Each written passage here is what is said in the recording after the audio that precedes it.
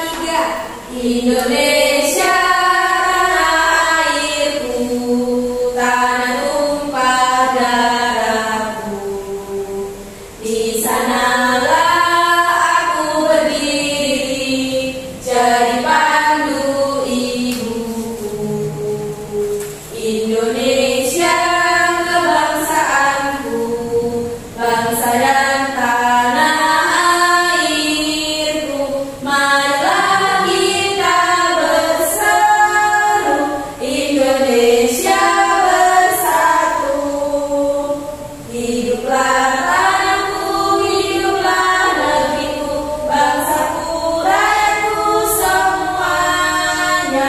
Bangunlah jiwanya, bangunlah badannya untuk Indonesia Raya.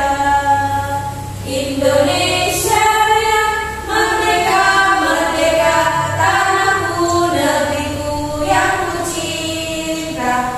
Indonesia Raya, merdeka, merdeka, hiduplah Indonesia Raya. Silakan duduk kembali. Nah, sebelum itu, Ibu absen terlebih dahulu ya. Mega Dwi Purnawati. Hadir. Alina Dwi. Hadir. Masuk semua ya, Ri? Iya, Bu. Nah, sekarang bisa dibuka dulu bukunya. Ya. Hari ini ada yang tahu kita belajar apa? Ya, Bu.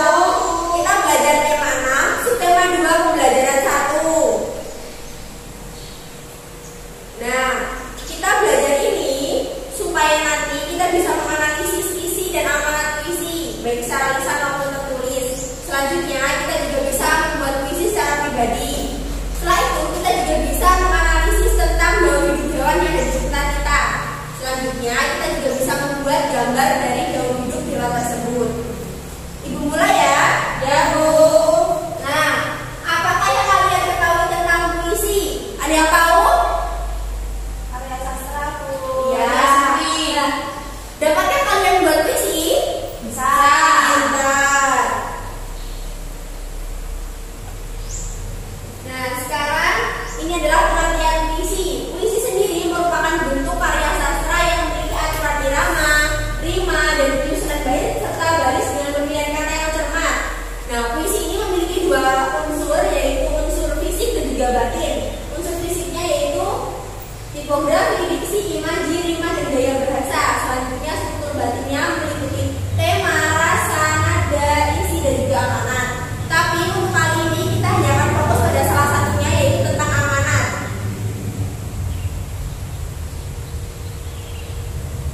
Nah, dari penjelasan ini tadi apakah ada yang ingin ditanyakan? Tidak, Bu. Nah, sekarang silakan kalian baca puisi ini, Cita-citaku menjadi guru. Lah, kalian analisis isi dan juga amanatnya. Tapi mengerjakan ini secara berkelompok, satu kelompok berisi 2 sampai 3 orang. Bisa dimengerti anak-anak? Bisa, Bu. Nah, setelah itu dikumpulkan ya. Ya.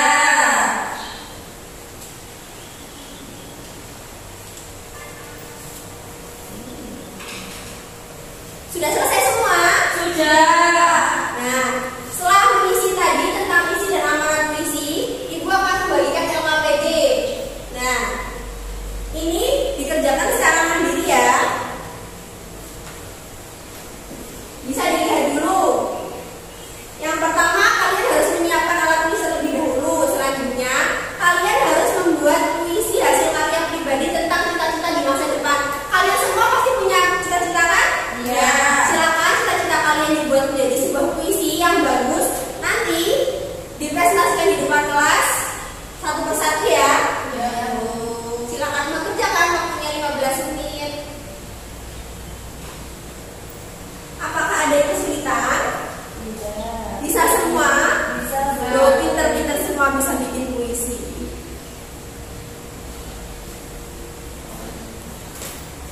Sudah selesai? Sudah. Silakan salah satu membaca hasil karya puisinya di depan.